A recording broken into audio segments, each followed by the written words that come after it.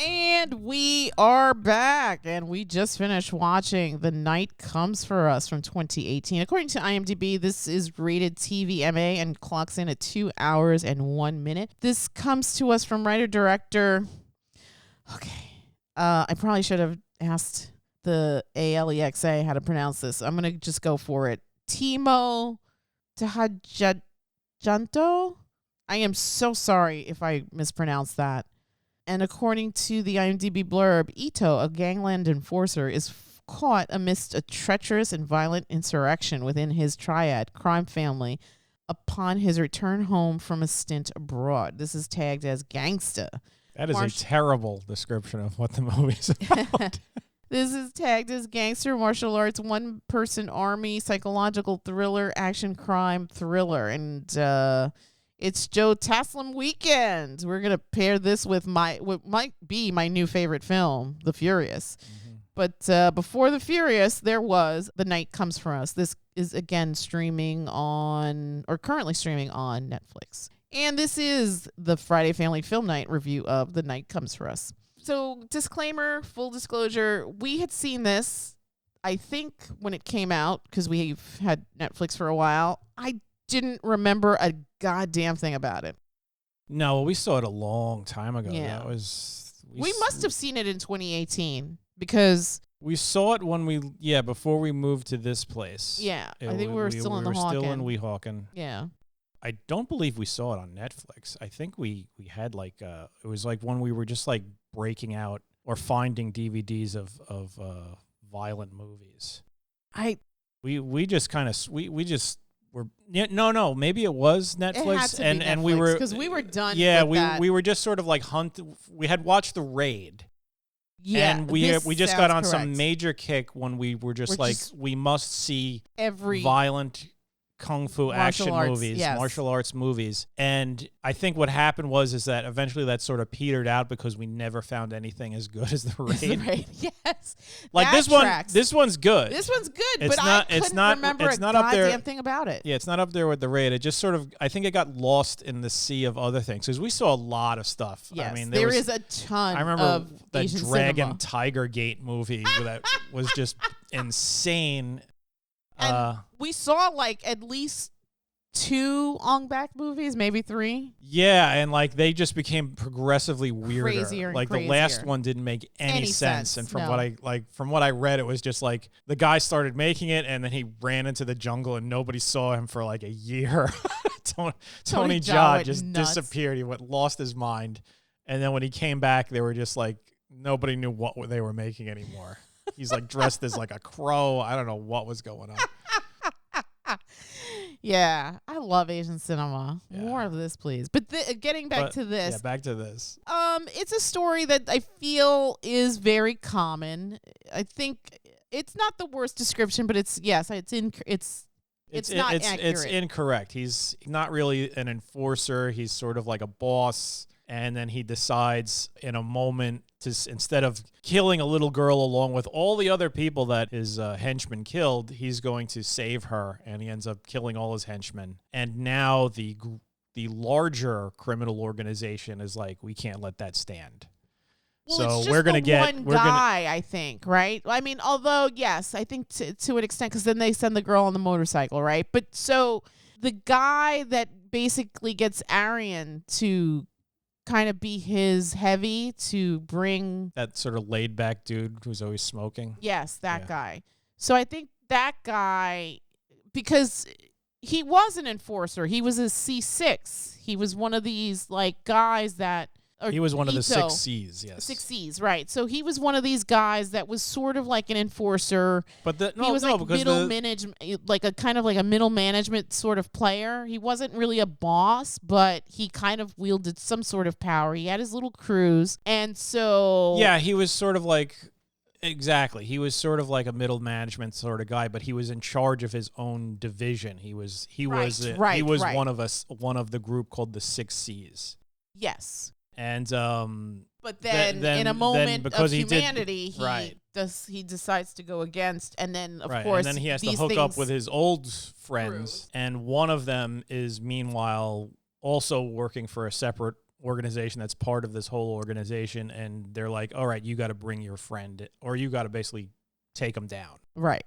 So that is, and that guy, Iko the laid back Uwais, guy promises Iko, or Arian, I should call him. Arian from, or Iko Uwais from the Raid From the Raid, movies. who we love. And this one, he's playing this sort of like, he's the heavy, kind of. he's kind of the bad guy, although he's not very effective.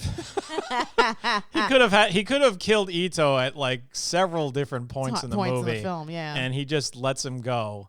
I think, and then at the I end, mean, even have at the end brawl. when he kind of proposes, like, we could run this town, you and I. We know what to do.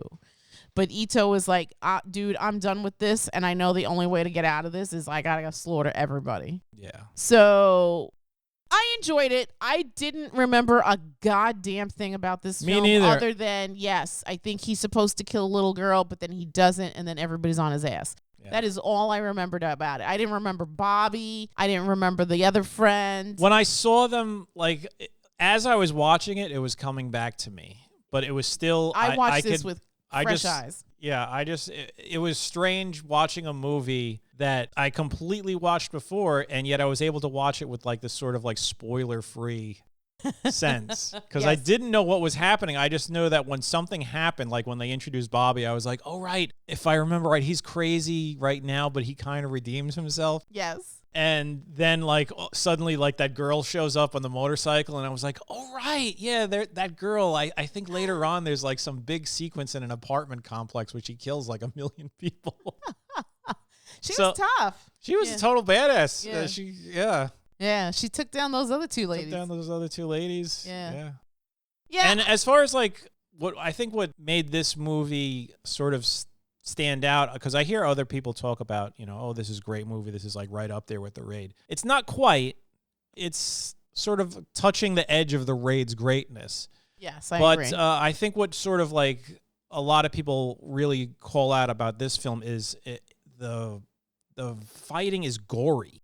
Yes. There's a lot of slicing and cutting, and at the end, they cut themselves up really bad, to the point where Taslim, he's got like a box cutter through his cheek. Oof. And he's just like pulling broken bits of razor out of his arm. It's very gory. They're shoving bones into people. They're cutting people with bone saws. They're slicing people. That lady with her little razor wire gimmick. She's cutting people up. People are getting disemboweled. Yeah. It's very bloody, very gory. More so, I would say, than The Raid. The Raid was very bloody as well. But I don't recall anybody getting disemboweled or anything like that. I mean, people were getting their arms and legs cut off, but there's just something about a good disemboweling. Was that? Wait a minute. So but now as far as like the fight choreography goes, The Raid was a lot better, and the way it was filmed was a lot better. There were certain parts. Remember, we were watching it, and I think they were trying to be creative and new, and they put the camera like right behind the guy's head. Yeah. And it was like they were trying to go for some maybe like this first person shooter type like look to point of view. I hate that too. It was just like, stop that. Yeah. I fucking hate that shit. Yeah, I hate it. I'm maybe not hate, but I'm not a big fan of that. It takes you out of the flow of everything else, because you want to see the people fighting. Like that's the thing that's great about The Raid, is like it's this frenetic, absolute, fast-paced, punching, kicking, brutal shots, but it's all filmed with the camera in mind. Everything's choreographed, the fighters and the camera. And everything's clearly displayed in front of you. Everything's cut very well and edited well, so you could see everything. Every hit looks like it hurts so bad. Yeah. This one had that to a degree, but it didn't have that level of polish. Yeah, and I agree. I think they sort of made up for it with the excess gore, but there were other bits where they really messed up, like with that first person nonsense. Yeah, I agree. Also, the story wasn't as strong. There were bits in the story where I was just like, that doesn't make sense. Why are they doing that? Yeah. But it's still, if you want to watch a bloody martial arts movie, this definitely is going to be in your wheelhouse. Yeah. I don't think it's anywhere near as good as The Furious, but it is a good... No, The Furious is Raid level. Yeah. Yeah. This one is just below that. Yeah. I mean, it's good, but it's not there. I think I agree with you. I think the story it's very run of the mill. Like, you've seen it before.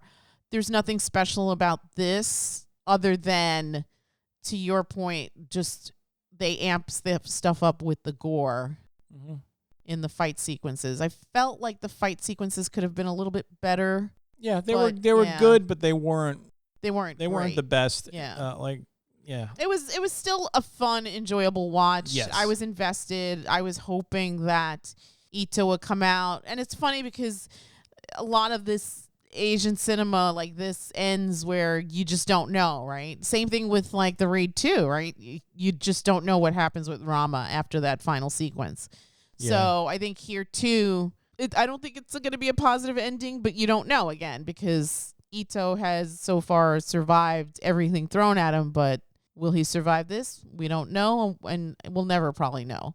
Yeah, it sort of has like that sort of Fist of Fury ending where the protagonist is just charging headlong into certain death. Yes, exactly. And then it just goes away.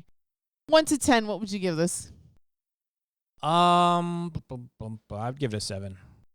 I too would give it a 7. I think it's a solid film. It could have been better, but that's okay. I think you still would get a lot out of it. I think you would still enjoy it. I think some of the fight sequences are really, really well done. They're not Raid level, but they're still really well done. You definitely get that visceral reaction. Like, I think there was a couple of times where you and I were just like, oof, because it was just, it looked like a ton of people. There was that one sequence where you and I were like, how is this young man not dead? Yes, How is he not dead? There is no way that they didn't just murder a stuntman. Unless that was a dummy. It didn't look like a dummy, and I didn't see any like fancy editing cut. Like it looked like they were just like, Tran, we want you to sit on the ground, and Bob's gonna run you over with this car. And he was just like, okay, we'll give you an extra $5. And they just ran him over. Yes. I was like, what? I think you and I both looked at each other like, did we and just it was like witness a murder? It was like right in the camera. It wasn't even like it was from a distance. Yeah, no. Yeah, that was amazing. That was amazing. Okay. Yeah. All right, so we'll wrap it up again.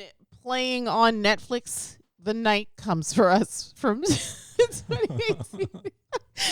I just remembered that sequence, and I was like, oh, we forgot to talk about that. We got to get that in because I don't know, somebody might be dead, actually. Yeah. We might have Who knows? I doubt there was an OSHA supervisor on that movie. Set? No. Yeah. No, not at all. Again, The Night Comes for us. The Night Comes for Us from 2018, rated TV MA. I think this is an R. It's yes, it's a hard R. Yeah. Yes, for 2 hours and 1 minute. Go check it out on Netflix right now. And with that, we'll wrap it up and bid you all a good night. Good night.